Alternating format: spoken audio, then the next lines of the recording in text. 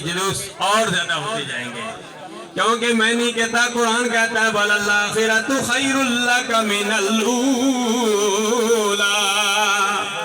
اے میرے پیارے حبیب، آپ کے ہر آنے والی گھڑی گزشتہ گھڑی سے بہتر ہوگی، اسی لیے تو کشتے اس کے مصطفیٰ فرما گئے کہ مٹ گئے مٹتے ہیں مٹ جائیں گے آدھا تیرے، نہ مٹا ہے نہ مٹے گا آقا کبھی چرچا تیرا۔ سرکار کا میلاد منانے والوں، میں آپ کو یہ دعوت فکر دیتا ہوں، مقتدر علماء کرام سارے حضرات پڑھے لکھے ہیں، میں اکثر کہا کرتا ہوں کوئی بندہ اپنے آپ کو ان پڑھ نہ کہے، جس کو بسم اللہ بھی آتی ہے وہ بھی پڑھا ہوا ہے، کیونکہ حضرت علی المرتضیٰ فرماتے ہیں بے کا نقطہ میں ہوں۔ قرآن مجید کا سارا نچوڑ با کے نقطے میں ہے،